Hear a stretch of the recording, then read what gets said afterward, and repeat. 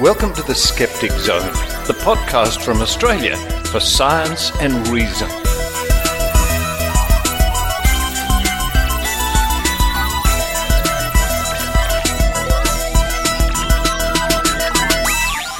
And now your host, Richard Saunders, waves hands in the air like Kermit the Frog. Yay! Thank you for that introduction. Yes, welcome to the Skeptic Zone, episode number 583 for the 15th of December 2019. Richard Saunders here with you from Sydney, Australia with Maynard this week. Hello, Maynard. Hello there. We are at the Occidental. We are at the Occidental for tonight's Skeptics in the Pub, where we're having a special guests, Susan Gerbeck and Mark Edward, giving us a presentation.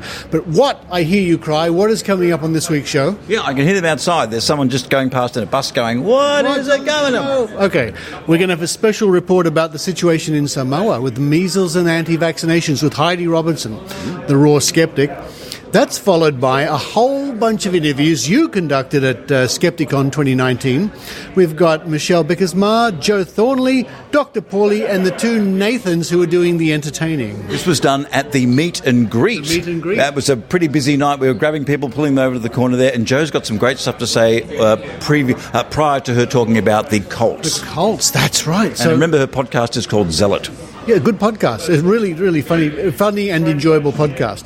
And to round off the show, and I'm delighted to say that Tim Mendham, who you've been hearing on the Skeptic Zone now for about 2 months, is now officially a reporter on the show, and his segment is called The Book of Tim.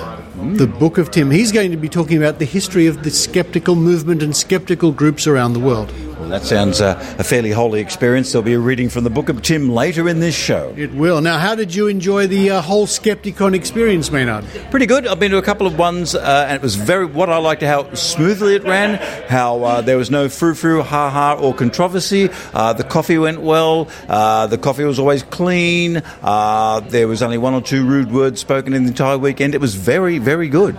Yeah, as long as the coffee is good. You know you're in for a good convention with good coffee. But the crowds are rolling up here tonight. It's good to see people are turning up. Yes, what's Susan going to be talking about tonight? Oh, why don't we ask her? Susan, what are you going to be talking about tonight?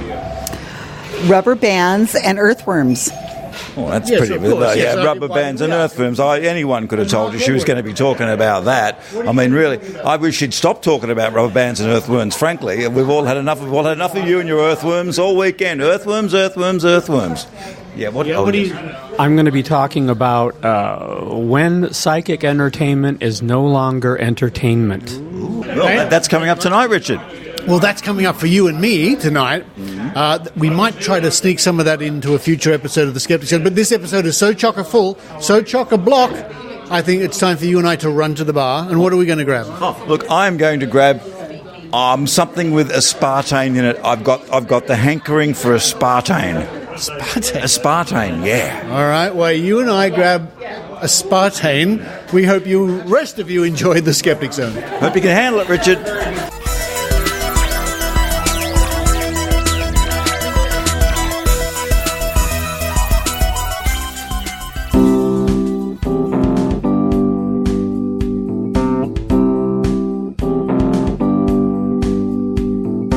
It's the Raw Skeptic Report with Heidi Robertson.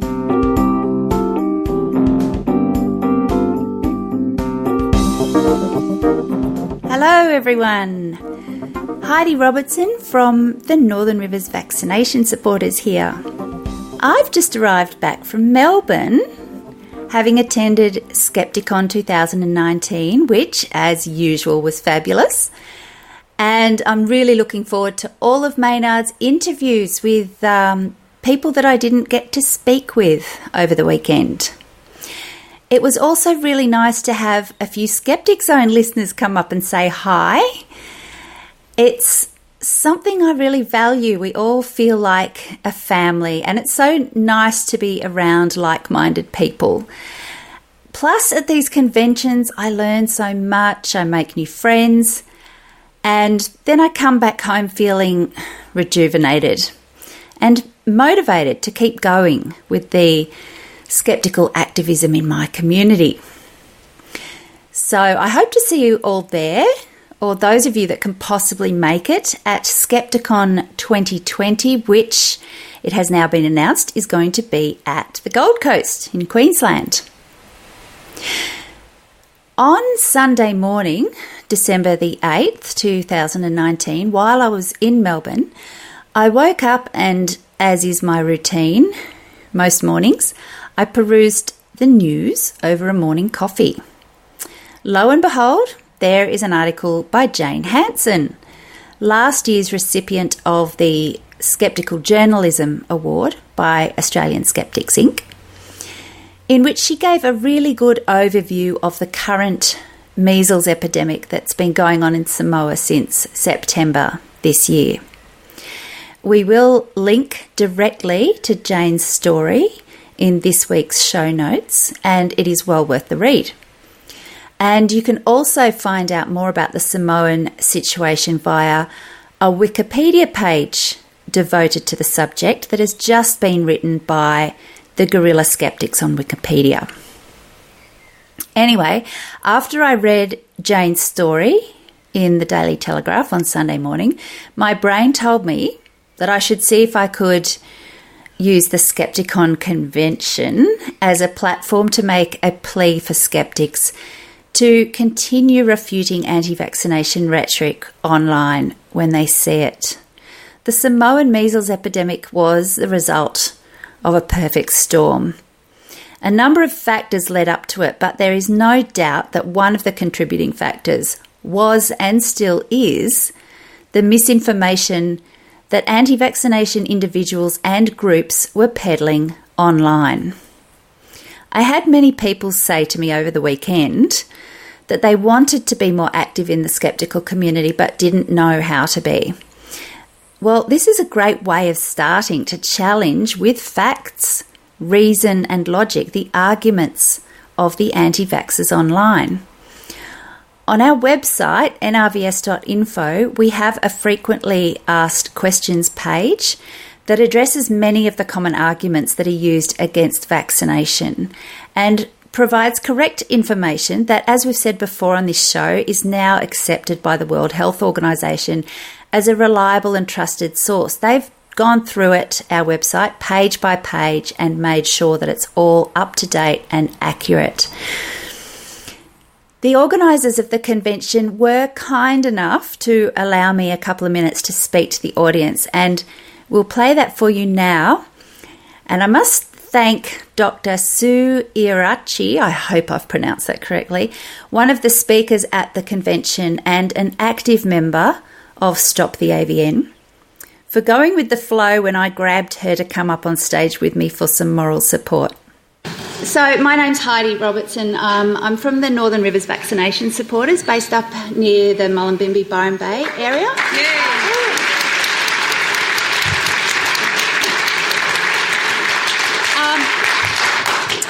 So we formed the group obviously because we're just a bunch of concerned parents and people in the community worried about the low vaccination rates. And of course we are really worried about what's happening in Samoa at the moment as well.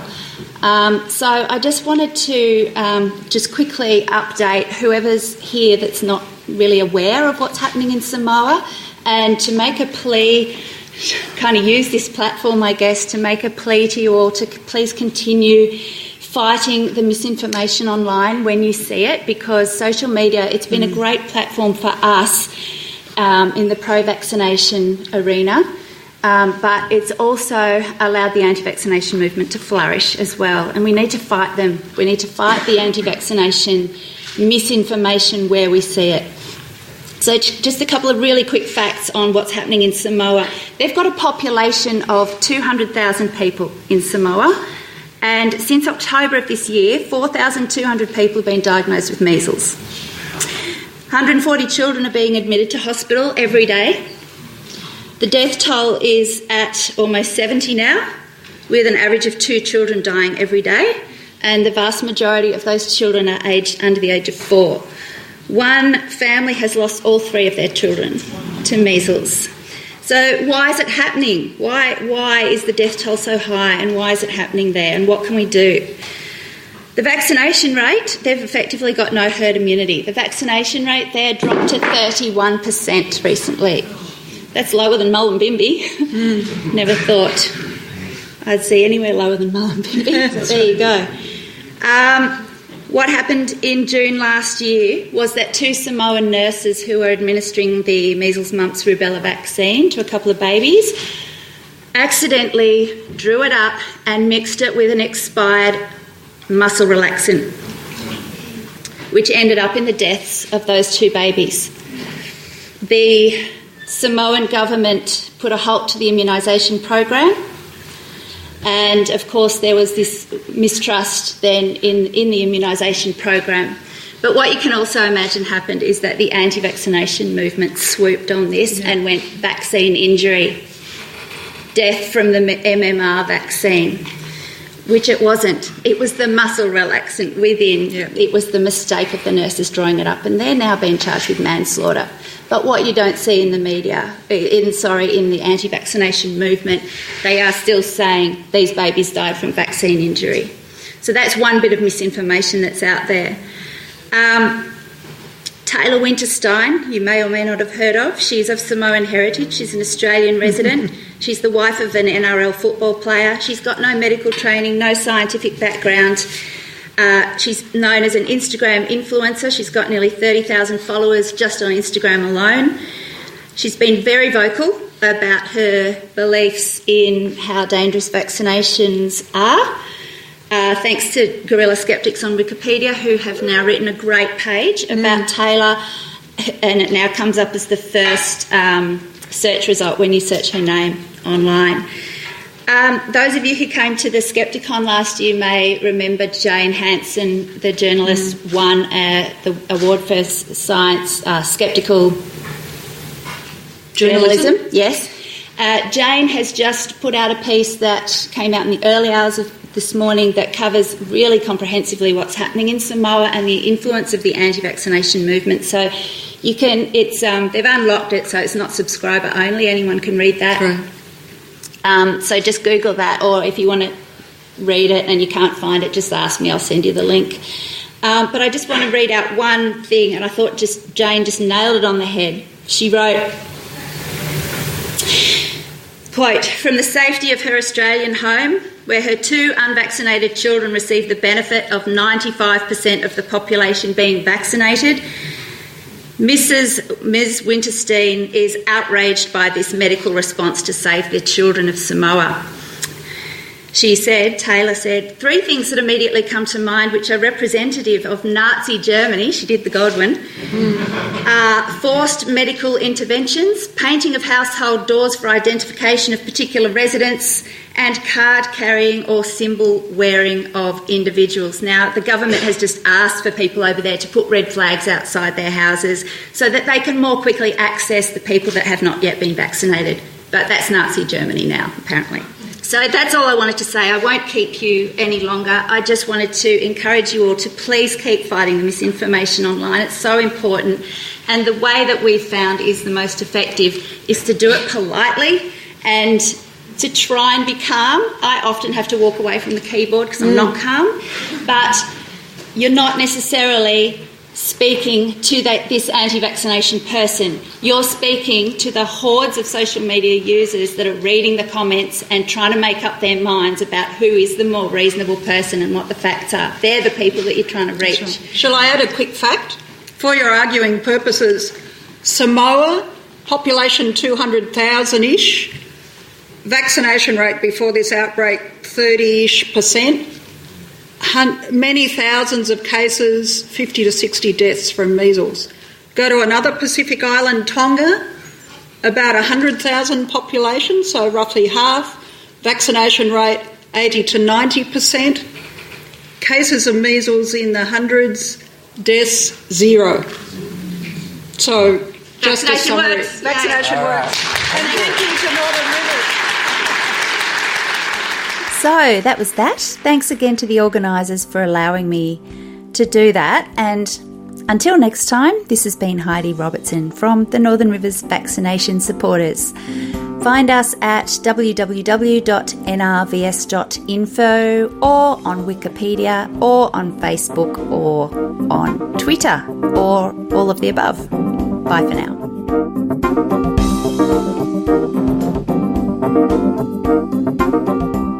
You told me that aliens really exist.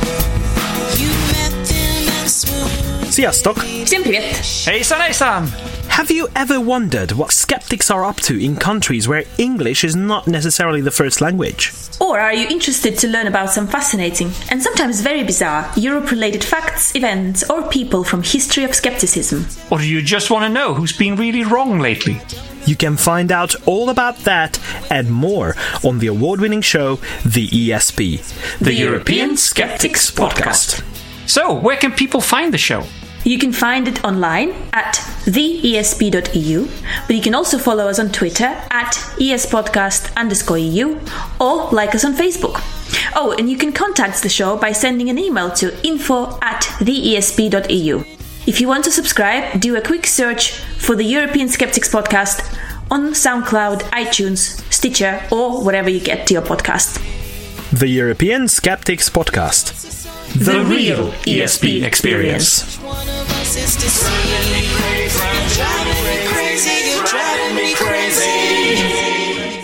I don't know how you can believe.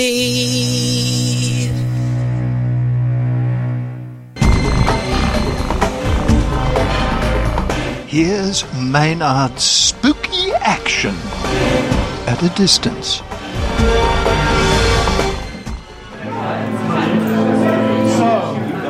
Yes, you can hear soft acoustic guitar strains in the background, and looking around the room I can see only 2 or 3 neckbeards, so the neckbeard count is fairly low. But it is the meet and greet for the big Skepticon weekend, and it's going to be there's about 100 people in the room already. Like I said, a bit of acoustic music going on. Last time we were here they had a harp or something like that.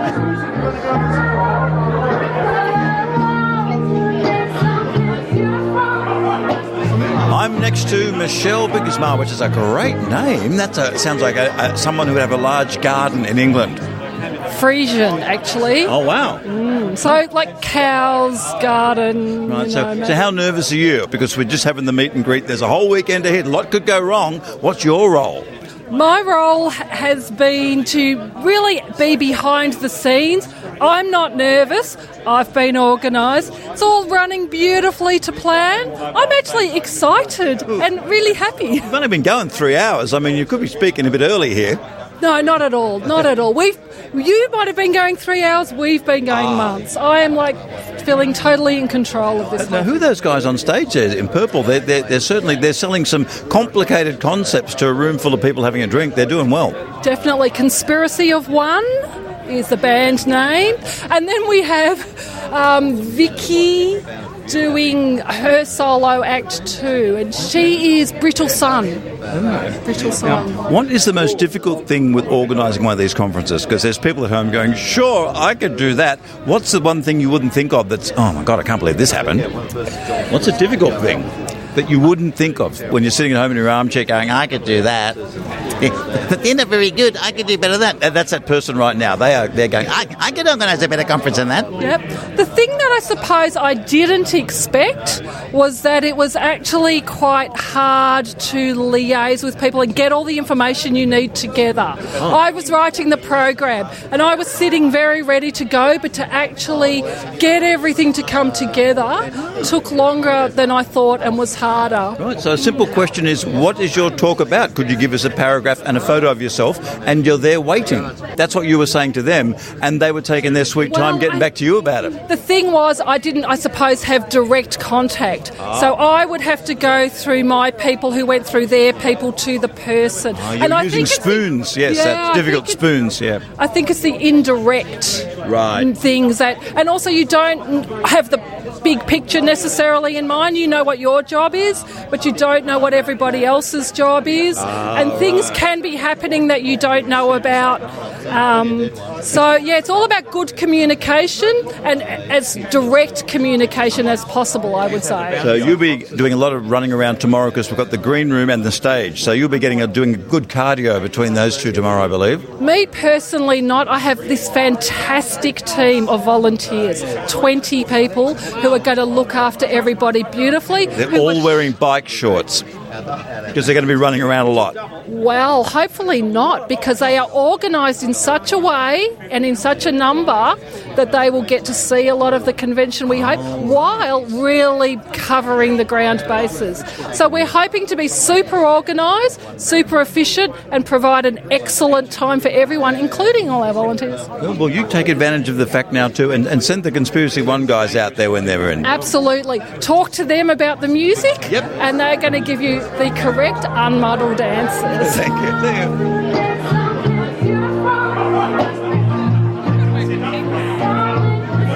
Oh, look, we're here at the meet and greet at the Dan O'Connell, the pub named after the man who was the first guy to slam the door in a Jehovah's Witness's face when he came around. Have you heard the word? He said, I certainly have, and slammed the door. Right, we're naming the pub after him.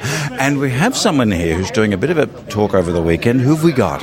Joe Thornley. It's lovely to see you again. I think we haven't met for a little while, isn't it? A little while, yes, but, always in my heart. And you're doing a talk, which you haven't done before. So does that mean you're a bit nervous right now? You're a bit clenched up more than you should be? Not really. Well, I am. I'm going to admit to a very high constant level of clench, but my talk is about cults, and even though I haven't done this particular one before, I can speak endlessly about cults because there's just so many stories. So pretty relaxed about the horrible subject. Well, I'm a bit of a fan of the How to Heretic podcast, and each week they have one on there, and they're not running short of them either. No, I thought I would run out. I thought, maybe it'll be a 20-episode series, but no, I keep discovering more. Look, let's just get a bit of a definition on it. Could you technically say that the Catholicism or Islam was a cult or not? Well, I think that's one of the reasons it's kind of hard to lock down the definition of a cult, because mainstream religions wouldn't escape. If you look at the lifestyles and the restrictions and the lack of autonomy that, say, Catholic priests and nuns have, and the fact that they even have to wear particular things and can't marry, then it's really, really difficult to distinguish between a religion and a cult. Then again, you can also look at Thermomix and think, that's probably one too. So it's the shunning thing, because yes, those religions shun, but Jehovah's Witnesses, they do good shunning. The Mormons, they're good at shunning. Great shunners. But is that a cult? Because that is, I don't know. Oh no, that's a religion, they say. But everyone gets their own planet. That's a pretty good deal.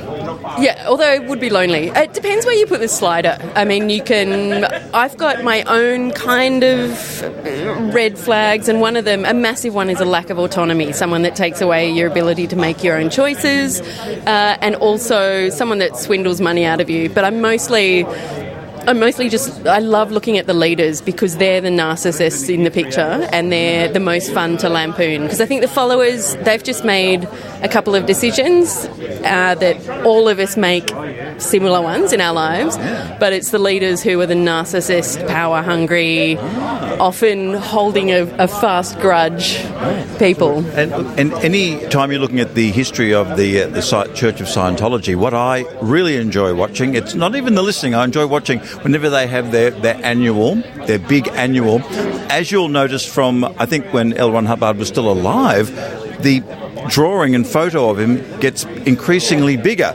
And the way it is now, I think his photo takes up the entire of the backstage, where initially it was just a very tasteful sort of portrait on stage. It's just got bigger. I really like that. In fact, they may have to get a bigger hall just for his painting. And his ego. I mean, I think the photo just enlarges exponentially with his ego. But the first time I saw footage of one of the Scientology conferences, I thought it was photoshopped, because that is it can't be that big. That is some glossy stuff. Yeah. But it's the only way, in Scientology videos, it's the only way that I can watch Tom Cruise. It's his best acting ever. Yeah, and they play the sort of generic Mission Impossible music behind him too, and it's like, okay, because they do high production values over there. I thought the music might be a bit better. Well, my day job is in music copyright, so they're changing a couple of notes there just so they don't have to clear it. So, hey, APRA, have I got something for you? That's where I work. Wow, okay, cool. But that's the thing. Those podcast licenses going, by the way, too. I thought that was very good. That was a good thing that you offered them. Yeah, it is, and they're great. And I'm lucky because my housemate writes all the music in my podcast, so we've got a sweet deal. Oh, okay, cool. We'll talk more later about that. And so how did you trim it down for like a 1 hour talk? How long have you got? Half an hour, and it was difficult. I'm going to be speaking faster than I ever have before. It's a photo opportunity in my life. Okay. Yes. And cramming it all in, because I could easily do a 3-day talk on my 200 favourite weird cult stories, but I have trimmed it down. Look, I might double up on this question, but if you recommend, what cult do you recommend I join? I mean, look, you spend all your time telling them not to join them. What's the one you said, you got to get in on this? I mean, come on, I do like what are the ones that look great in their swimmers when they're doing the Mardi Gras and the Raelians. The Raelians look like they might be fun. True, but there's an even better one that you still get to have sex with aliens, but it's Unarius because they love aliens, but they put the costuming of the Raelians to shame. That's right, because it's all 50s sort of Art Deco stuff, isn't it? And the leader, she's one of the... No, unfortunately passed, but she was the costume queen, and I will be including a magnificent picture of her in my talk. But really, the worst thing she ever did was... like the Ethel Merman cult leader. Look, she's an exact mix of... In Bewitched, the aunt and the mother, she's the exact midpoint between those two. Endora and Samantha. That's right. And the costume is... Where's the Uncle Arthur cult? Oh, I like him. Come on. It's never far away. Well, that's great. Look, I'll probably bump into you over the weekend. So how do you relax before a talk, by the way, when you go on? I don't. I'm more awkward in this room of people I don't know than I am talking to a room. So I'm one of those lucky people that I'm quite awkward in social situations, but I'm absolutely fine when I talk. And talking about a subject that I'm absolutely obsessed with, that's easy. And tell us where we can find your podcast so people who aren't here this weekend can catch up on what you've been doing. It's called Zealot, and it's on everything. Wow, okay. So what about the cult of Kate Moss, for example? The cult of the supermodel. Is that still a cult or not? Look, I'm not up to that yet, but she says nothing tastes as good as skinny feels, and I think everyone in Jonestown would agree that, in particular, Flavour Aid. You heard it. Look that one up, people. Google that. Oh, Richard's shaking his head. Lighten up, mate. It's about cults. I said cults.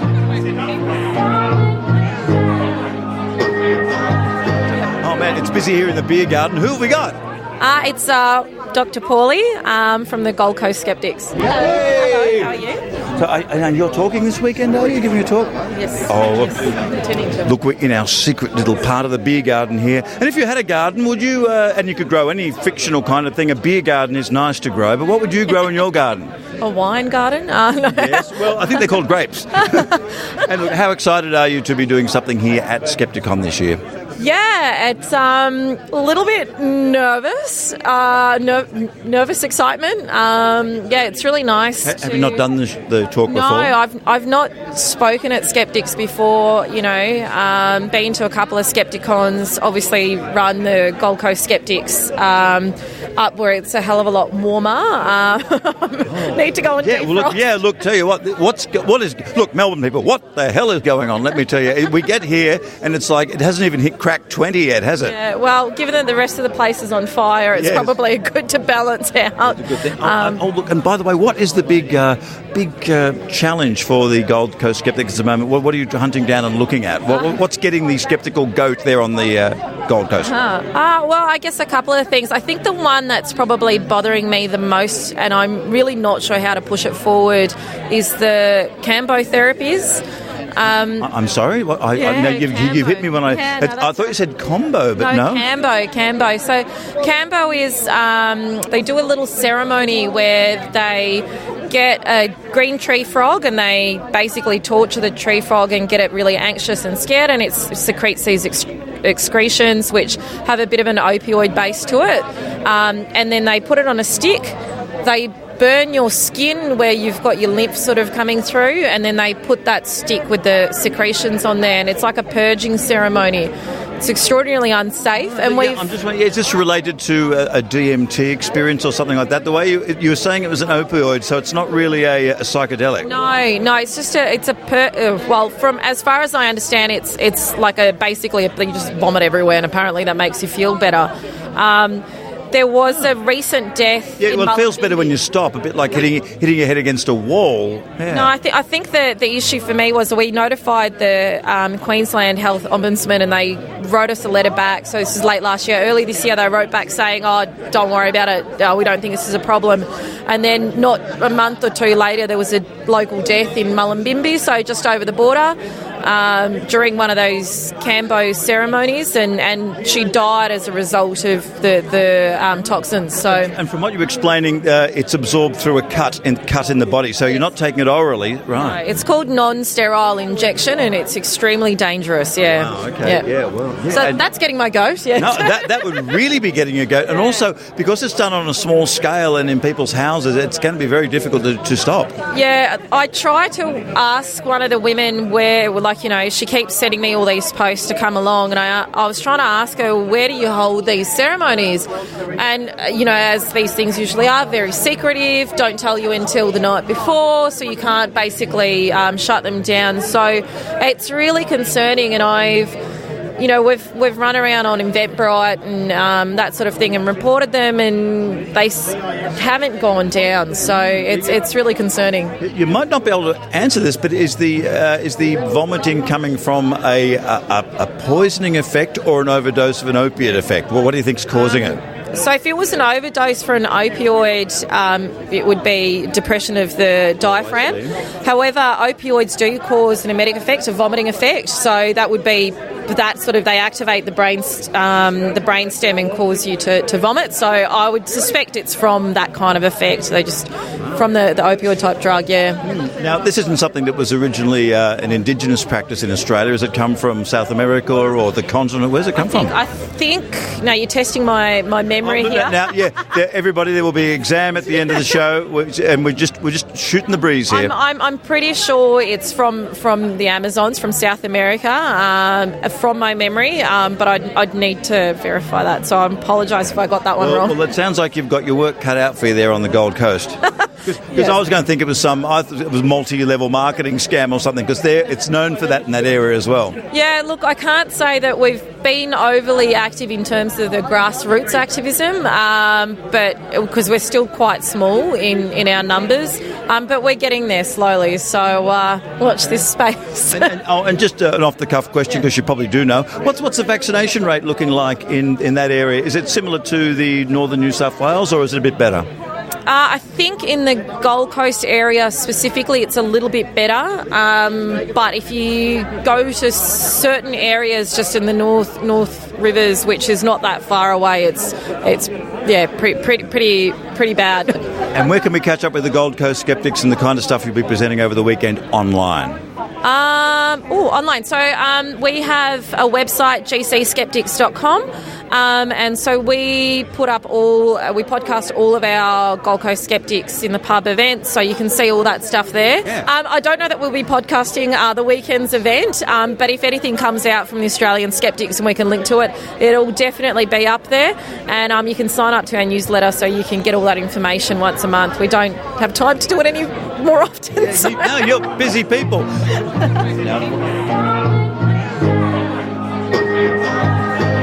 I'm talking to someone now who's a skeptical musician from Brisbane. Now, do you only work one day a month, or what goes on there in that scene? I wish. I'm usually working a lot more often than that. Oh, yeah, I was about to say, because I'm just wondering, because a lot of stuff you do, I don't think it'd be... Actually, I should shut up. How is the Brisbane music scene? I haven't been there for a little while. It's quite good, and I'm doing my best to make my own little corner of it and get my skeptical music out there to some new listeners. So what would be the normal venue you play in Brisbane?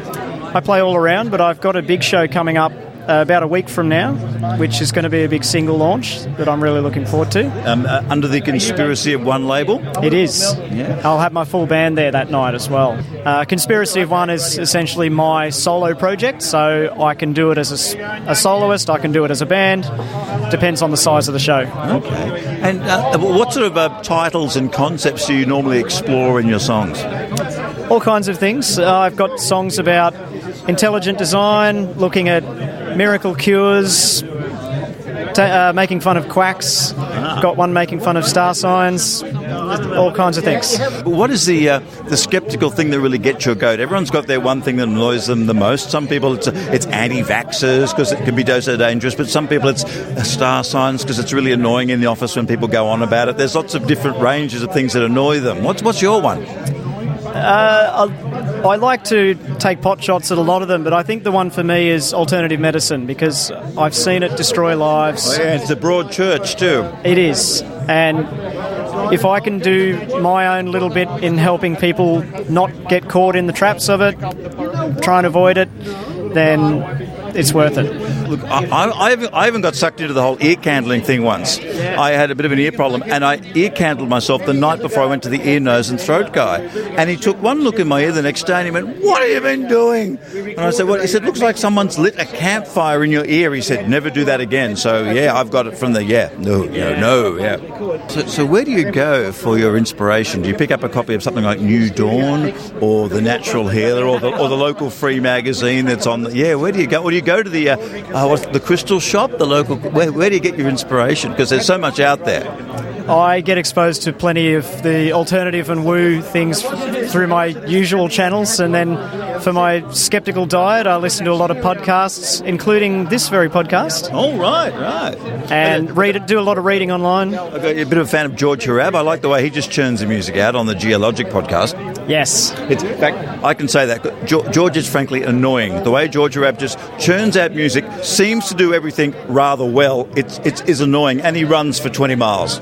I think his motto is kind of good, and for someone who works on their own often, the more you do, the more you end up doing. And I think that's true, because you just make time for stuff when you want to do it. Yes, I could do with a 12-hour sleep right now. Well, I'll let you have a bit of a nap out the back.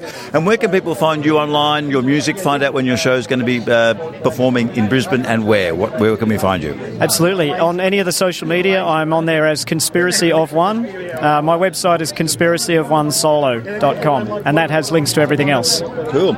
You're going to put the show on YouTube, or a few tracks on YouTube when you do it? Yeah, I have some music released as well on all the digital services. Well, good luck with that. Look, it's a great time to be doing this kind of thing. It's a pity there's just not more money in it, hey? Eventually. Thank you. Yes, fresh from the stage, we've got Nathan Lee. Did I get it correct? Yes, that's me. Good. Now, how did you find us away here? You part of the Melbourne Skeptics anyway? I've been to the Skeptics Cafe a few times, so the Carlton meetups. Right. And I was part of a Songs of Science event, which the other Nathan organised as Conspiracy of One in June this year. And some of the Skeptics came along and liked our stuff and invited us here tonight. Oh, right, yes. So we brought the whole package, the three same performers. Oh, okay. Beatles Sun are on stage now. Oh, yeah, and how are they going? I mean, obviously you guys did better, but how are they going? Oh, they've started well. Oh, yeah, they're a bigger group. Because your stuff is wordy. Like I said, have songs about belief and Go to the Gaps, and I'm listening and I'm going, well, hey, everyone shut up and have a listen. Yeah. Is it a difficult audience? I think a few people came to listen and most came to mingle. So they're doing what they want. And you going along to the conference over the weekend? Yes, yeah, both days. Okay, what talk is your one? Everyone's got their own little talk. I've had the Cult Action sounds good, the Skeptics Guide to the Universe sound good. You got your own? Yeah, I love the SGU. I'm keen on their show. And the Seance sounds very interesting. Oh, yeah, Mark, yeah. Very spooky and scary. Yeah. Well, I mean, you could take away perhaps some... it might inspire you to write some music for seances. Maybe. Yeah. Oh, good. Well, have a good time over the weekend. And where can we catch you online to hear your music and see what you're up to? A YouTube channel and a Facebook page. So and you can search Nath Lee, NATHLEIGH. You can find me on those media. Thank you. And we'll put a link to that in the show notes as well. Thank you. Thanks for the interview.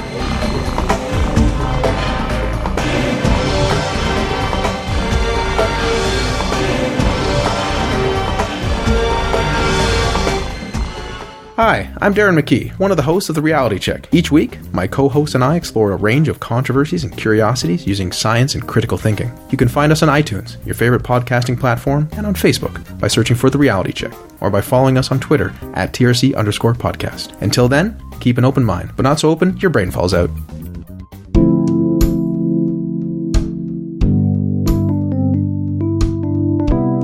And now, a reading from the Book of Tim. With Tim Mendham. Hi, my name's Tim Mendham. I'm the Executive Officer of Australian Skeptics and also editor of our magazine, The Skeptic. Today I'll be looking at skeptics and skeptical groups. Most of you might have been to a convention or been to a Skeptics in the pub, but there are skeptical groups behind those doing a lot of the organising and various admin type issues. So I thought it'd be interesting to look at the history of those groups. And this is an article out of The Skeptic, December 2017, which is volume 37, number 4. And you can find that on our website.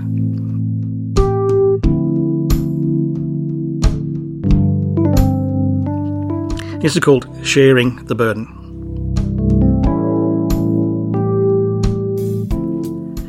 Wikipedia lists skeptical organisations in 24 different countries. The US Skeptic magazine has them in 33, and the Committee for Scientific Inquiry lists 38. And yet there are more than that. These lists often include skeptics in the pub groups, but not all, and likely miss out on a number of those more active groups that are working away, often small and obviously unheralded, in their far-flung corners of the world. And there are some on the lists that no longer exist. Such is the situation with skeptical organisations. While they share the same priorities and philosophy of critical thinking and science-based evidence, they come and they go, generally according to the whims and changes of the people, usually volunteers, who take up the burden of management. At an individual level, scientific scepticism has been around for as long as there has been pseudoscientific and paranormal claims, and the ways and inclinations to assess them. But skeptical organisations are a more recent phenomenon, stretching back into the end of the 19th century. The first is probably the Dutch organisation, which I won't try and pronounce, but it's the Association Against Quackery, or Society Against Quackery. This was set up to investigate claims made for alternative medicine and is, as the name says, opposed to quackery. It was founded in 1881, has published its magazine, which I won't pronounce, Dutch Magazine Against Quackery, ever since. In 2003, it began handing out its version of the bent spoon, the Mr. Cacadoris, I can't pronounce this, but never mind, which translates roughly as Master Charlatan, which is awarded to a promoter of quackery rather than the quacks themselves, which often means TV, radio and the press, as well as universities which host quack practices. 1 year after the conveniently abbreviated VTDK was formed, another organisation was set up in the UK. And while it doesn't sound particularly sceptical, it certainly had that attitude in its original approach. The Society for Psychical Research. In 1882, spiritualism was particularly popular, and this became a key plank of the SPR's activities.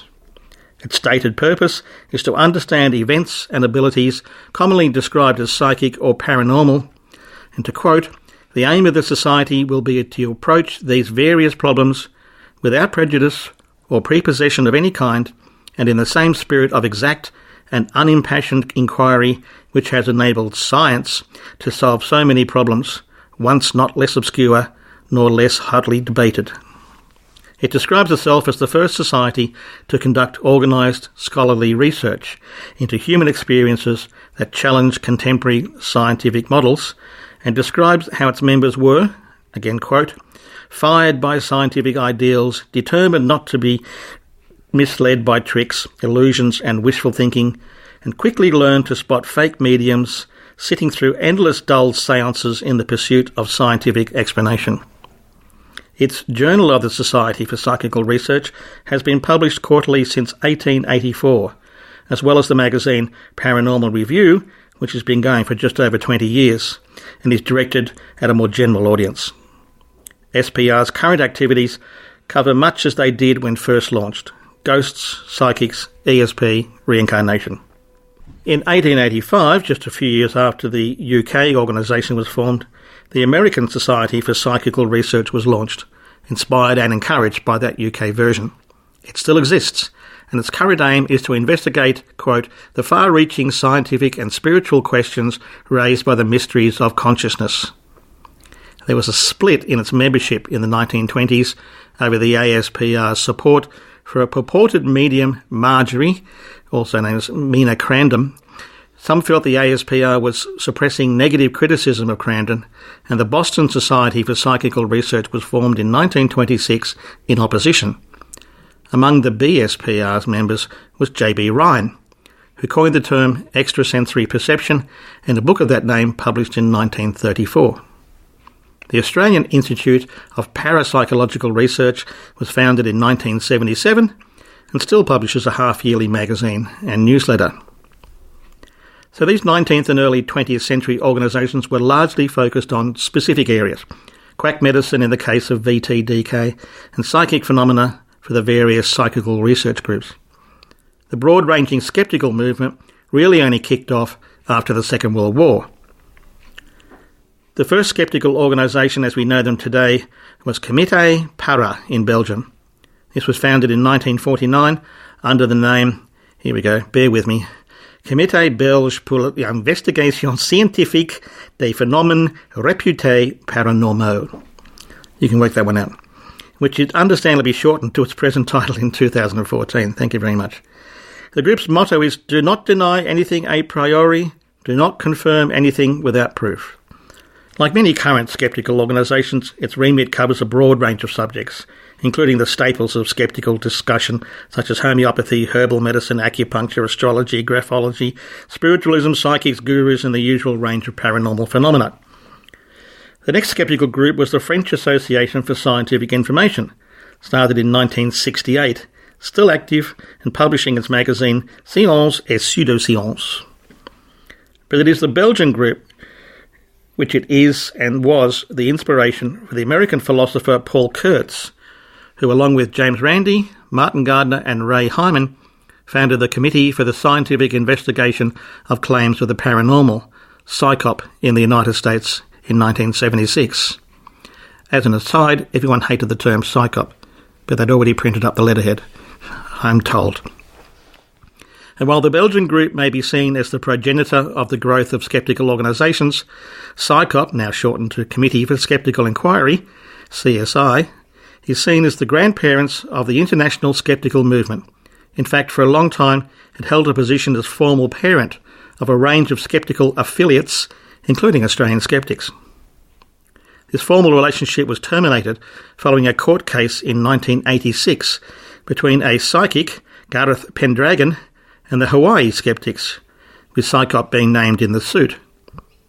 It was ultimately settled in CSICOP's favour, but it undoubtedly cost the committee considerable time and money, and CSICOP distanced itself somewhat from the local groups and no longer referred to them as affiliates. CSICOP's magazine, The Zetetic, was first published in 1976. It was soon renamed The Skeptical Inquirer, and it is still published under that title today. In 2015, CSI merged with the Centre for Inquiry to become one of the latter's programs. Now, putting aside a number of primarily rationalist and humanist organisations, which have been very prevalent in India for many years, the next skeptical group was Australian Skeptics, formed in 1980, making it the second oldest English language group. The Skeptic magazine is now into its, well, according to the article, the 37th, but we're actually heading into the 39th year, making that, too, the second oldest English language skeptical publication. Unusual for skeptical groups, Australian Skeptics is actually a notional conglomerate of a variety of initially state-based groups, followed later by a number of regional groups and then a bevy of skeptics in the pubs. All of these are run independently, although the responsibility for the magazine and more generic national issues lies with the New South Wales-based Australian Skeptics Inc., which acts as an umbrella organisation, including offering support and grants to other groups and individuals, and that's the one that I'm executive officer for. The various groups host the annual convention on a rotating basis. 2017 was in Sydney, and that was the 33rd consecutive one. The 2019 convention was held in Melbourne in December, and that was the 35th consecutive convention in Australia. As far as we can tell, no other skeptical group has that continuity of major events. While some of those state and regional groups are largely inactive, with some skeptics in the pub groups taking up the mantle, the united cross-group structure in Australia is apparently unique. Other skeptical groups were formed in Sweden in 1982, New Zealand and Spain 86, Finland and the Netherlands 87, Germany and Italy 89, Japan 91, and many more since. Curiously, in the UK, it was the magazine that preceded the organisation. The Skeptic was first published in 1987, one of many magazines with the title The Skeptic around the world, but we were first, and was followed in 1997 by the Association for Skeptical Inquiry, which is the closest thing to a national body in the UK. In 1994, the European Council of Skeptical Organisations was formed. This is an umbrella organisation based in Germany, which aims to coordinate activities of 24 European organisations. Overall, the movement for skeptical organisations is strong, with new national, regional and local groups being formed every year. And while some fall by the wayside and magazines cease publication like the UK one, there has never been a time in which skeptical organisations have been as active and activist as they are now.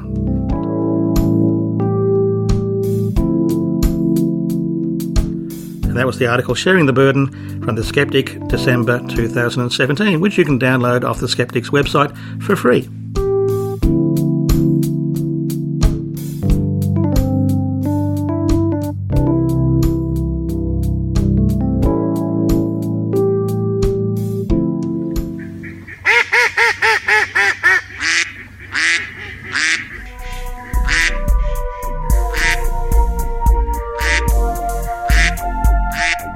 Quackwatch, your guide to quackery, health, fraud, operated by Stephen Barrett, MD. Quackwatch is now an international network of people who are concerned about health-related frauds, myths, fads, fallacies, and misconduct. Its primary focus is on quackery-related information that is difficult or impossible to get elsewhere. Articles include quackery, how should it be defined, how it sells, 26 ways to spot it, how it harms cancer patients, and much more.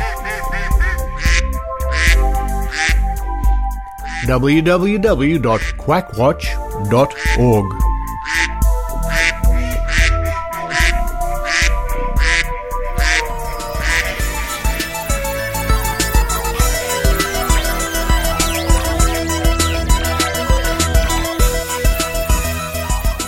Thank you for listening to the Skeptic Zone. The crowd is still going wild, and Mark and Susan gave a great talk. Actually, I'm cheating a little bit. We're still waiting for it, but we thought we'd tack this on to the end of the show. Don't let them peek behind the kimono. They can't look under the kimono, Richard, and see how it works. All right. Thank you for listening to the Skeptic Zone. Wow, Mark and Susan were great tonight. They certainly were, and we were driving back from Melbourne, just having a quick listen to some of the interviews you're going to be hearing over the next couple of weeks, and we've done between 70 and 80 that are quite good and usable, so you're going to be hearing them from a while, and they'll be as fresh as a daisy. Yeah, well, you had a sample today on today's show, earlier on at the meet and greet, but there's more of that to come, and lots and lots and lots and lots. And thank you to the Patreons that help make the Skeptic Zone go. Oh, yes. Thank you very much. And to the new Patreons. Just in the last couple of weeks, picked up some more. Thank you. Much appreciated. And I've got a skeptic who joined as a Planet Maynard patron, and he sent me a photo of his cat dressed as a Mexican wrestler. No joke. What? Yeah, a Mexican wrestler cat. Yeah, it's true. It's true. It's up on the Bunga Bunga Facebook page. But yeah, it's true. And so you have quite wild listeners, Richard. I do. And we can check out your podcast at maynard.com.au. That's the one, folks. Well, again, thank you for listening to the show. I think that's enough from us. We're going to wind down now. And, for now, signing off from the Occidental Hotel, this is Richard Saunders and Maynard. You've been listening to the Skeptic Zone podcast. Please visit our website at www.skepticzone.tv for show notes, contacts, and to access the back catalogue of episodes going back to 2008. You can follow the Skeptic Zone podcast on Twitter @Skeptic Zone, visit our Facebook page, or leave a review on iTunes. You can also support the Skeptic Zone via Patreon or PayPal.